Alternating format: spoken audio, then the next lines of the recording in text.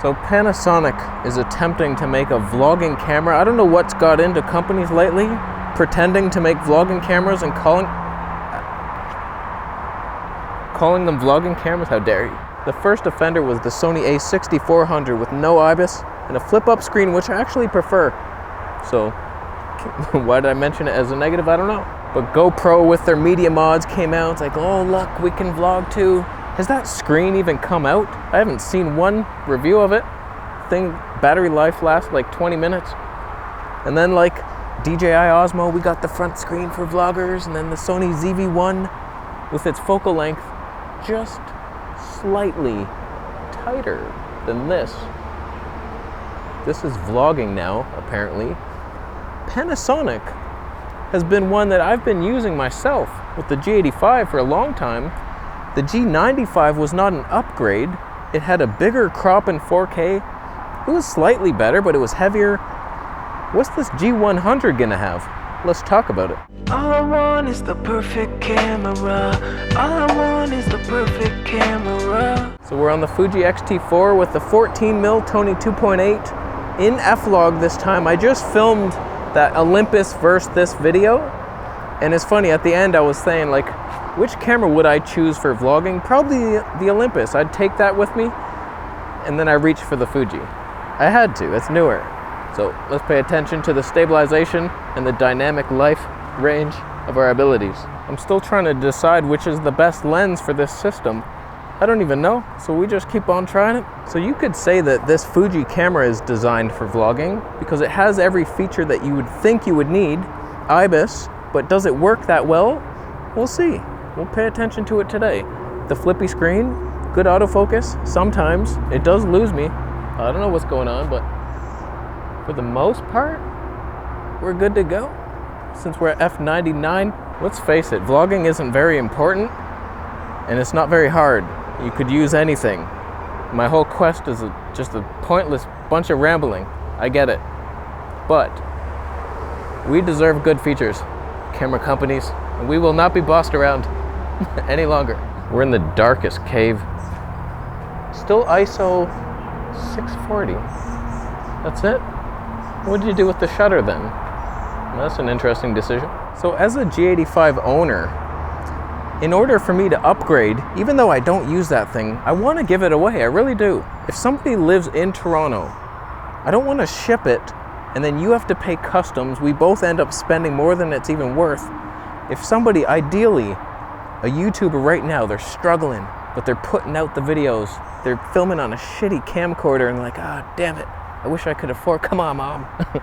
And that guy, I want to give him the G85 with the lens, freak baby lens, because I also want to give that away. So if you're a freak, you live in Toronto, you have a YouTube channel, down below, my little baby G85 is yours, my friend.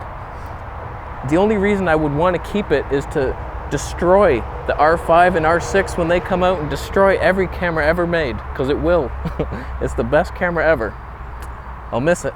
Post it down below, we'll meet up. You can have the camera, extra battery, charger, it's all yours. No memory card.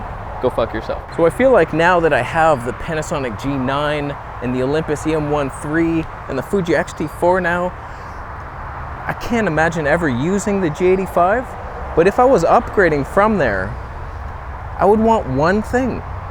One freaking thing. Y'all know what it is? I swear, if the G100 doesn't have phase detect autofocus, what are you guys doing over there? I know you're trying to perfect contrast, and it's getting better. It's somewhat usable, but out here, actually, I kind of trust the G9 autofocus. It's got that autofocus near limiter. Still jumps sometimes. Stay near me. Isn't that the whole point? The Olympus EM1 III has that as well, but you can't use it in video. Like every feature you look for, can't do that in video? The hell is your problem? But the more cameras I try, the more I think full frame kind of sucks outside. It really does. Like, I've never seen a better looking image than the Panasonic S1 with that Viltrox 20mm Tony 2. It's magic. It's so magical, but it's so heavy. And without the flippy screen, I need to 2-arm it, and I'm never in focus. I'm in for like 30% of the shot, and then we're good. It's brilliant. but it's so pain in the ass like. And the Canon with the 15 to 35, forget that thing. It looks amazing. It's very stable. I love it. Colors, exposure, all good. No thank you. It's always been micro four thirds for vlogging, the best stabilization and good enough image. You don't need a large sensor in this bright. I bet you 1 inch is too much for this. It's so bright. It's ridiculous. We try to get with the Fuji APS-C. We think we can reach up. It's kind of heavy. Oh my God. That scared the Yes, I am afraid of puppies. So what?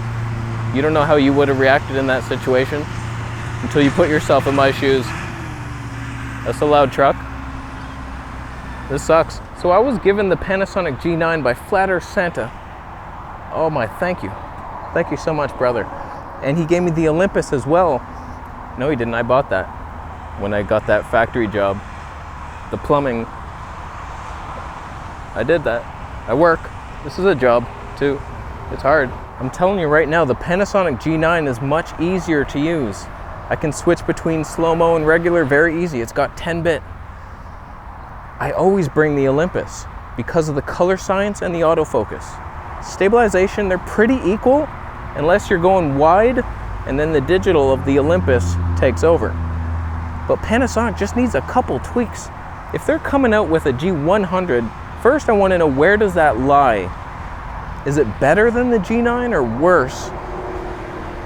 I kind of think for a vlogging camera, it should be a lower end. We don't need the cinema grade stuff that's super heavy. Panasonic's known to be fat. They eat way too long at Thanksgiving. When everybody moved on to playing cards, they're diving into pie.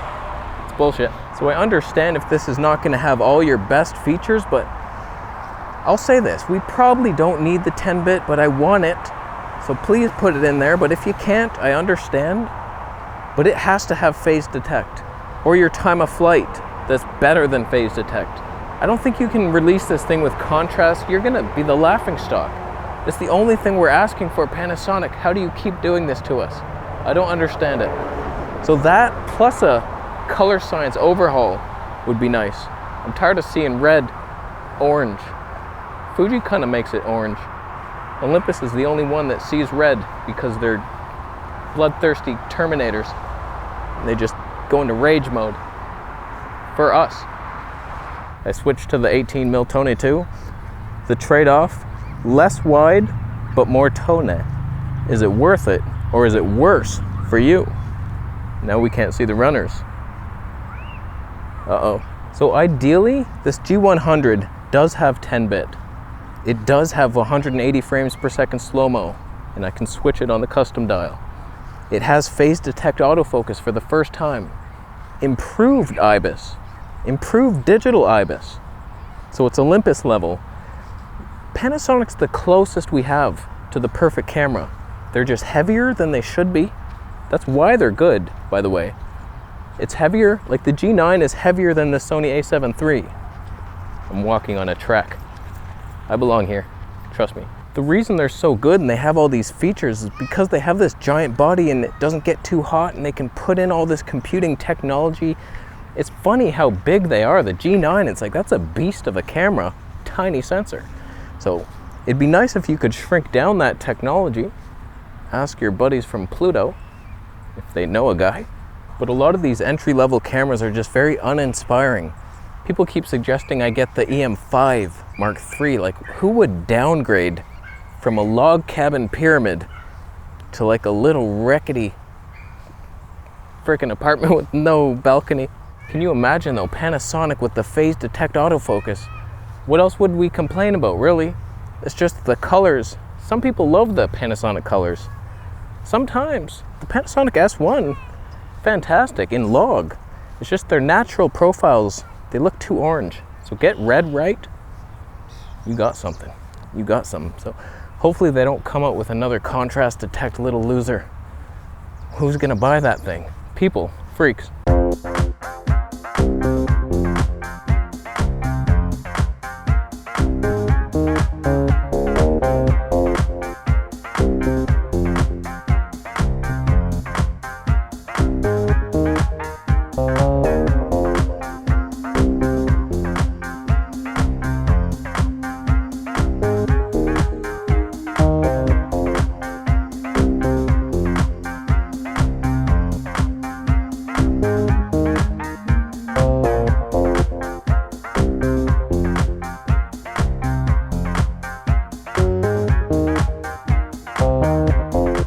So as much as I've tried to hate on Panasonic for its entire existence, just because it's slightly smaller sensor sized, the results are good.